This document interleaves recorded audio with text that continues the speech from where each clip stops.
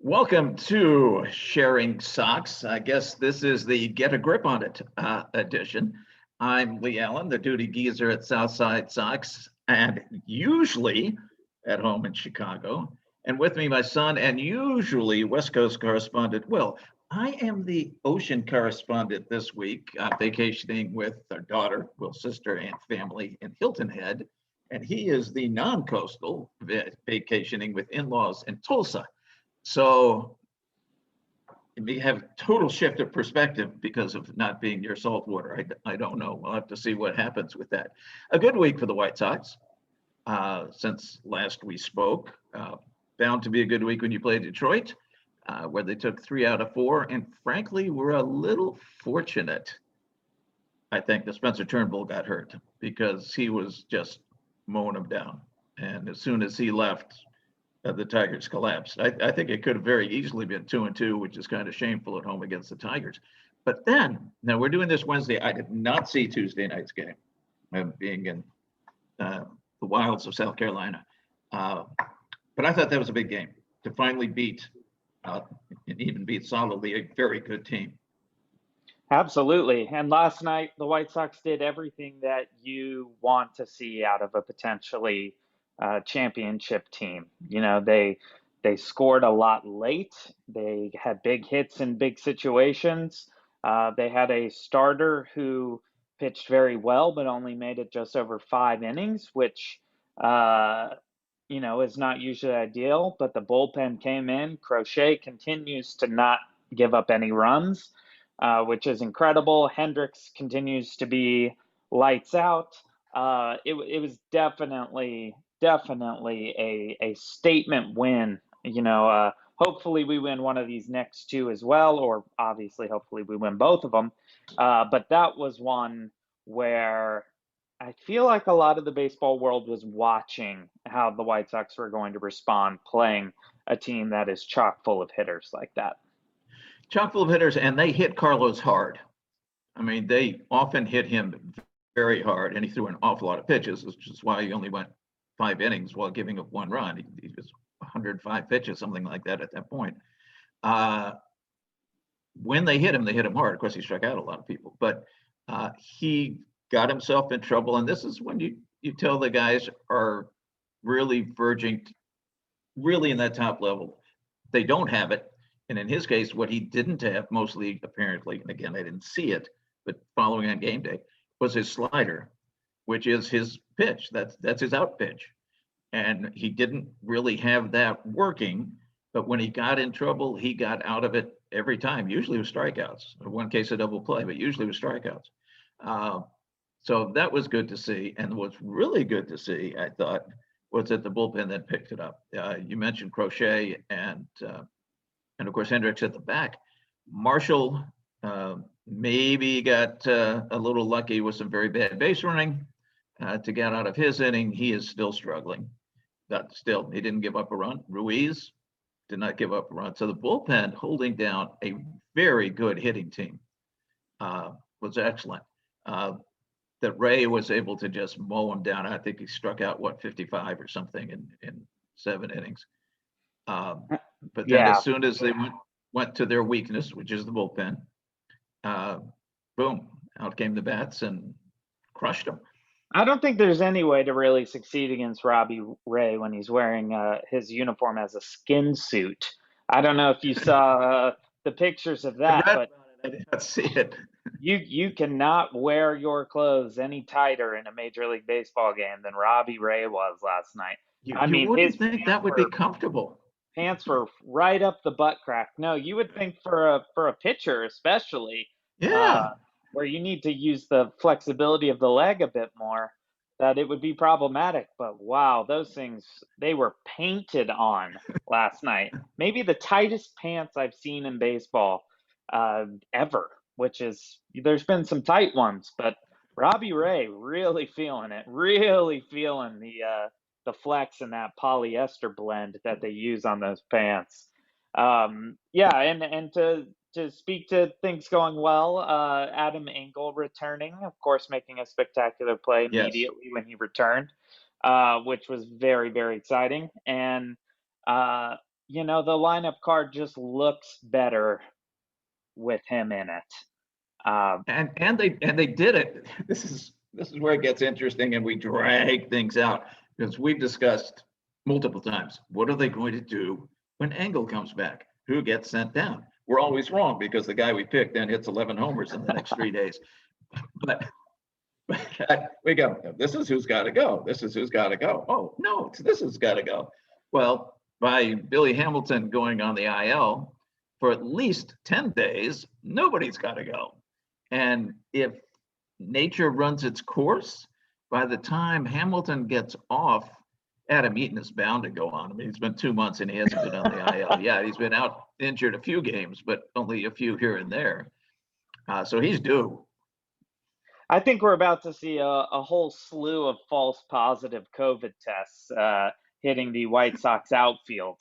But in a situation where contact tracing is not important, so the other outfielders can still play, but one of them will have COVID or at least a false positive every 10 days for the rest of the season. Or until Eloy and Robert come back, then 3 of them will test positive for COVID every week, which will just be, devastating to our numbers. I don't think you have to have the devastation of COVID. I think you can merely get the sore hamstring. I think that's a good one too. On this Sox team, because remember, COVID, you can come back in 3 days. You're dancing with the devil though, lying about hamstrings on this team, because this team has apparently not stretched their hamstrings in a year or so.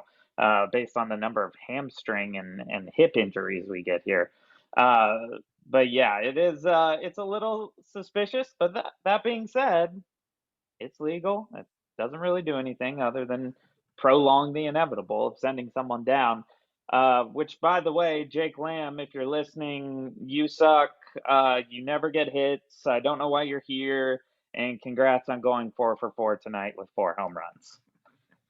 Well, we probably are about to grievously insult Danny Mendick because he needs it. Yeah, no kidding. Unfortunately, I think Mendick's time is potentially coming to an end in the pros this year as well. Once we start the pros, not the pros. Sorry, the highest level of the pros. I think he's going to be visiting. You're in North Carolina right now, right? South Carolina. Oh, okay. Well, head up the coast, see Danny play. Oh, we may be in Charlotte tonight, but unfortunately, 2 things. One is they're not home, and secondly, it's like an 85% chance of thunderstorms. So we're not going to be seeing the Knights at work. Well, I will be seeing the Drillers tomorrow to scout on the Dodgers AA prospects, which I have no clue who any of them are, nor do I care. But it was $17 for 5th row behind home plate, and it's $2 beer night. So that's minor league baseball at its best, and I'm excited for that. We're going to talk about this a lot more. As we head forward, we're going to talk in the second half, especially about a lot of our substance abuse issues. Yes, that's where we want to get with the show. That's what it's really all about. So I'll save that for when we come back after the break. But I have my suspicions even of White Sox players who are doing it, and it is becoming a huge problem. Moving forward, what do you think this week is going to look like for the team? Well, the big games are the 2 tonight. Then they go back into the blah, not blah play, I hope, but just the American League Central is pathetic. Cleveland is adequate. The rest of the division is pathetic. And I honestly, I only think Cleveland's adequate really because the rest of the division is pathetic. I think very, very possible. Yeah, if this were a strong division, wasn't it Cleveland that gave up 18 to Baltimore a few days ago? They're nothing to write home about either. But you are right. This is one sorry division. And playing across to the NL Central is not necessarily making things harder. It's not, but the Cubs are dominating that. That'll tell you. Yeah, and and that's why I say, being swept by the Yankees, it was so great to beat Toronto, because with all the games that we play in the Central Divisions, we really don't know what we've got. We know it's a good team. We know it's a good, solid team. We don't know that it's an excellent team they're going to make the playoffs. I mean, possibly the best record in the league, just because the schedule of 30 teams in National League Baseball, the Sox have registered on both the services I looked at as by far the easiest schedule. They also have by far the easiest schedule going forward the rest of the year because of the divisions. But we've yet to play Astros, A's, Rays. Now, one game in against Toronto, 3 losing games in against New York. So you really haven't learned. This is a team that really can proceed on through the playoffs. When the starting pitching is excellent, yes. And of course, we're hoping that Robert and Eloy are back. And I think Eloy's, and for a while there, it looked like, well, okay, it doesn't matter that Eloy's out, other than it's a shame not to have Eloy out there with a smiling face and the big bat, because Mercedes was hitting so well. Mercedes is now quite human.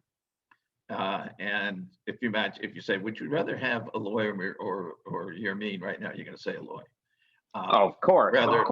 Rather for the month of April, you go, don't tell Eloy, but I'll take Yermin. Well, that's not the case anymore.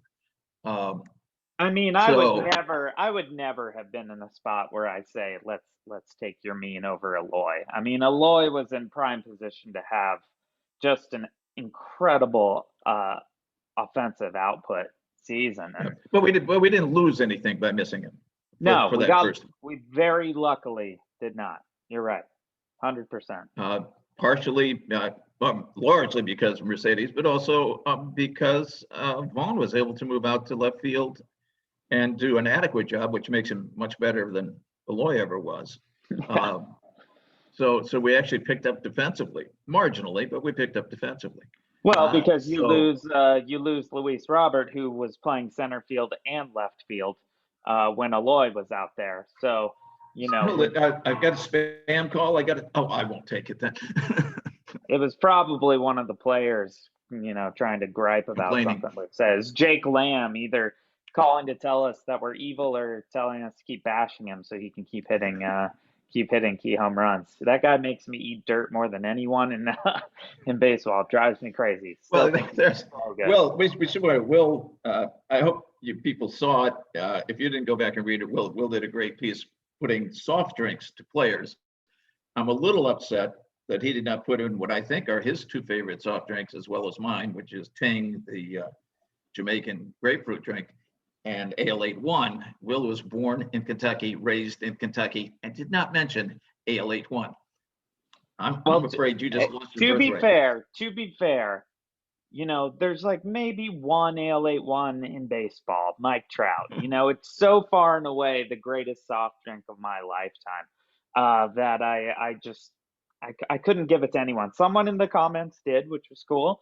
And then someone in the comments got really upset about my soda comparisons and went off on many tangents. We have, and anybody who reads Southside Sox at all anymore, and I hope Brett keeps thinking he solved the problem, and I hope he has this time. We have a guy who just brims over with hate and is very anti Jose Abreu, thinks he's greatly overrated, which is fair. That's a fair thing to say and interpret if you like. It doesn't make much sense, but it's fair. And loves Lamb, again, based on what Jake's done the last couple of weeks. That's fair.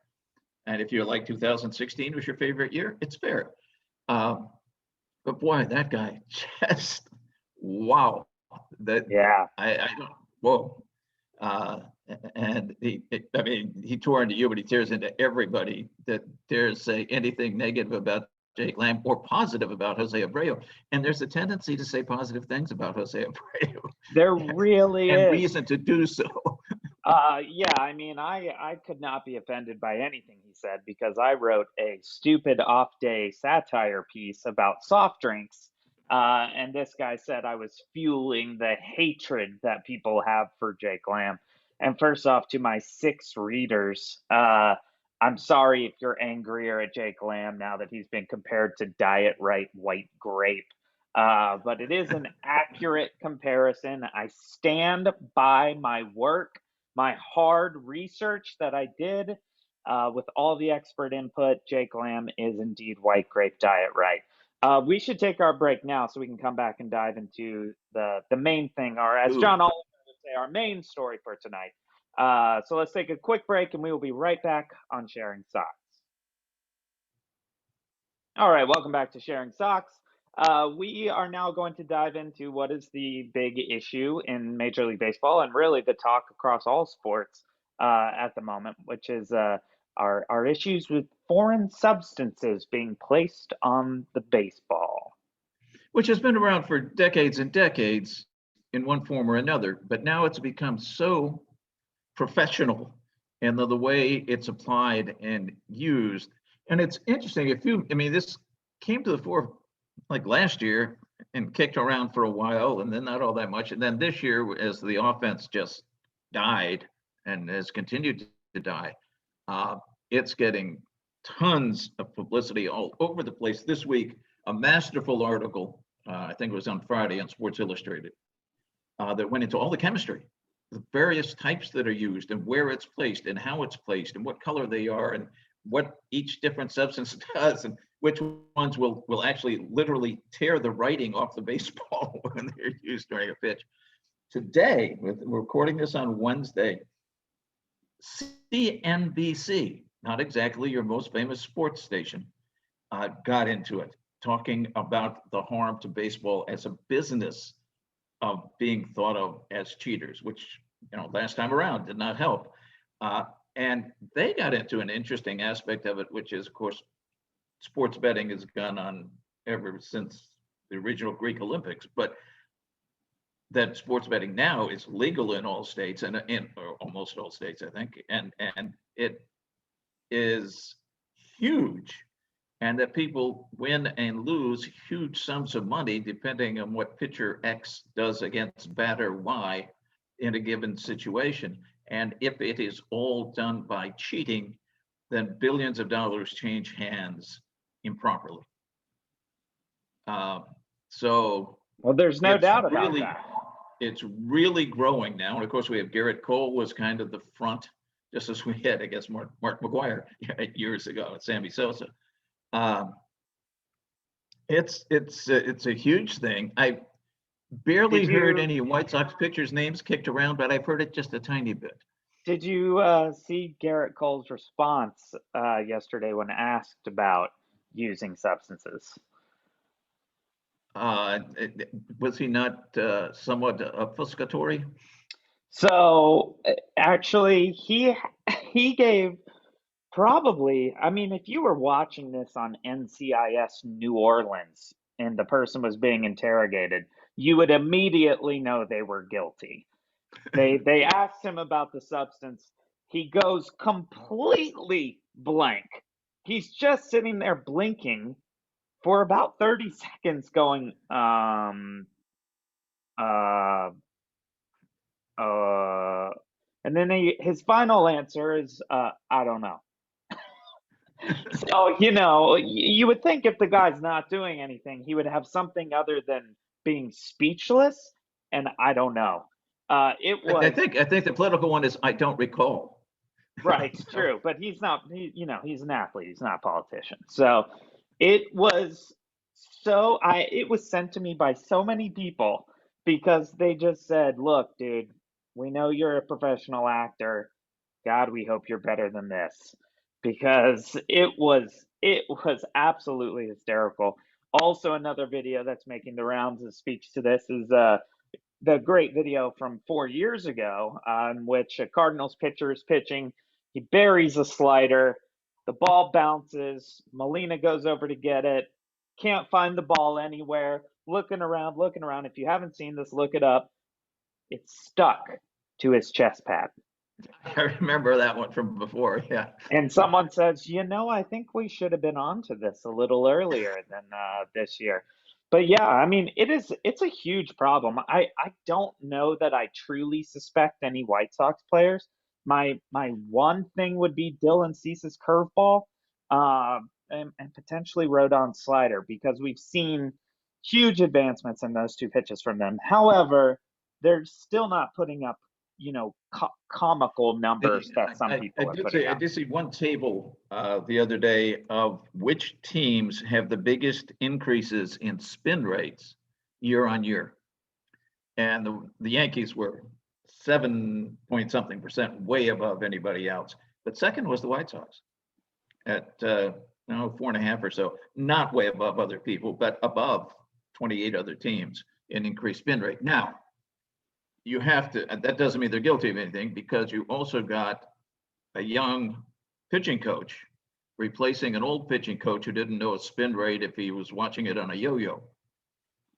So that could have changed the way a lot of pitchers were throwing things. There was an article last year, and Dylan Cease's fastball spin was wasted because he had the wrong kind. He had great spin rate, but the angle was wrong, so it didn't do anything. So it doesn't necessarily mean anything, and we shouldn't send the team out there pleading guilty. But it does indicate that it's a possibility. Now, the question is, we've got this. It's horrible. It's everywhere. It's apparently overwhelmingly being used. I just want to say real quick to that, you can look at those numbers, but there's also a huge difference in the quality of pitching that the White Sox had over the last 5 years. No, we have exactly. gone from an absolutely abysmal rotation of older pitchers to a really elite group of starters right now in a lot of ways. So I agree. It definitely makes you think, but also we are in a particular situation where our pitchers were garbage, absolute garbage for a while. And now we're starting to see some really, really solid pitching, plus the new pitching coach. I don't suspect the White Sox are heavily involved in this, but I don't know. Yeah, I hope not. Particularly with the new young pitching coach, you wouldn't want him to be involved and sent off. But let's get to, what do we cure? Now that they're talking about, well, you inspect every pitcher as he comes in. You can't, they've got it from the Sports Illustrated articles, talks about all the places they hide it. It's not just the bill of the cap where you can see the black dot, or in the mitt where you can see the black dot. It's all over places on their body, on the uniform, on their skin. I don't know how you can inspect it all, but the idea is you inspect it all. They then inspect the baseballs as they come off. And you got to try to do this without drawing the damn game out any longer. Yeah. Because you got pace of play issues.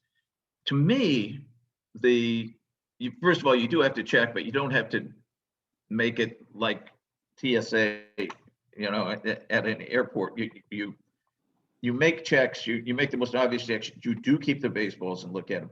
To me, the penalties, right now, the penalty is, and the league's supposed to look at this, and I guess the union has to be involved too. But the penalty is 10 days. 10 games. Well, for a starting pitcher, you've given him one rest time through the rotation. You haven't penalized him at all.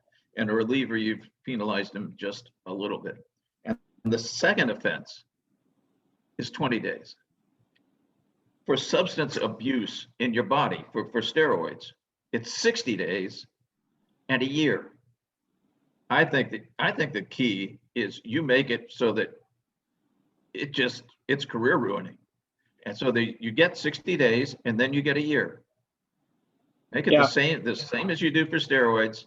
And I think it's gone. I don't think anybody takes the chance anymore of getting caught at that point, unless they think they're awfully smart in how they hide it. Yeah, and I think I'm all for the harsh penalties there. I think making them even more immediate is potentially better too. You check the pitchers at the beginning of the game or as they come in after the first, and if you find it, that pitcher is gone and you have lost that game.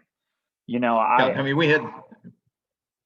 had this situation where the White Sox saw a guy with the black on it. All they did is make him change his hat. Well, that's useless. The umpires don't want to be the law in this case, but that's kind of their job. It is their job. They're going to be the ones that have to do it. Like you said, we don't want to see sticky substance dogs sniffing the pitchers as they come in from each inning and making this look like it's a whole TSA thing. But there are a ton of places they're hiding it.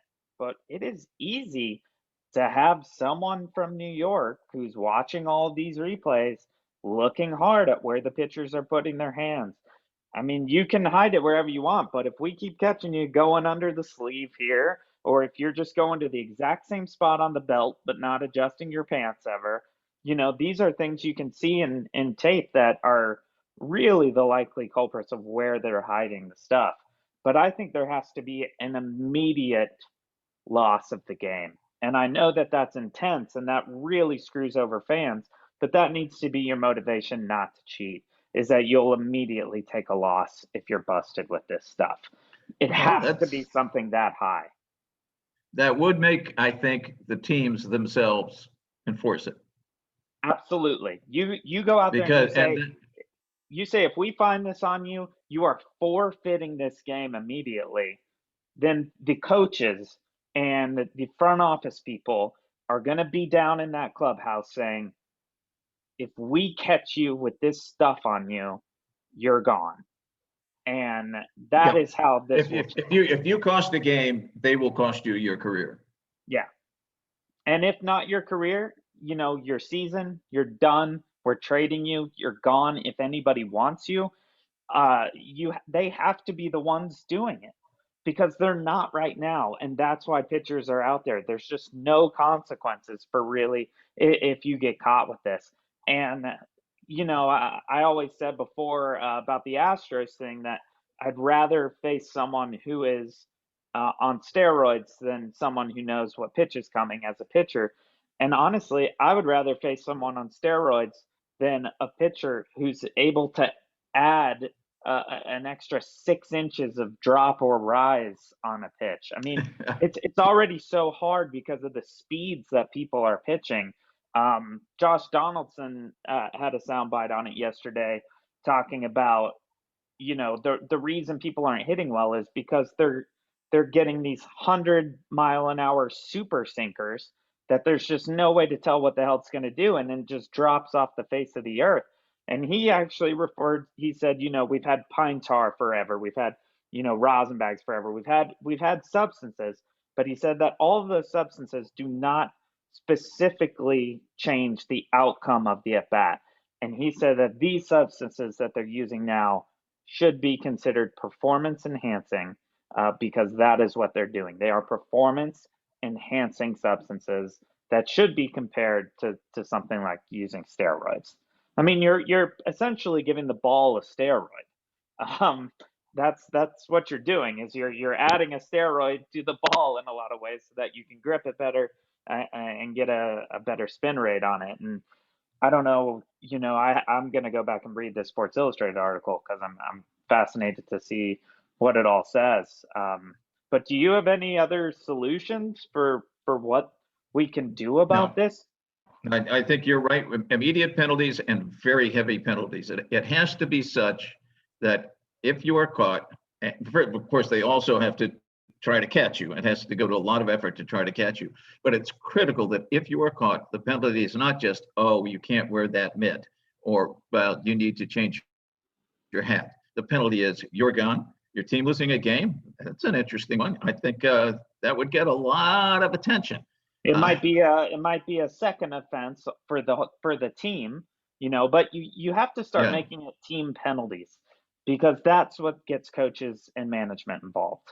If it's just small penalties to one player, the management's just gonna keep looking the other way and just hoping their guys don't get caught. Because it's worth their while to win more games. Yep, but if you have a situation where the second time someone on your team's caught, you immediately lose that game. You're in a stadium full of fans. Beer sales are cut off immediately. You take an actual loss in the loss column. It can end up costing you your season if you do something like this.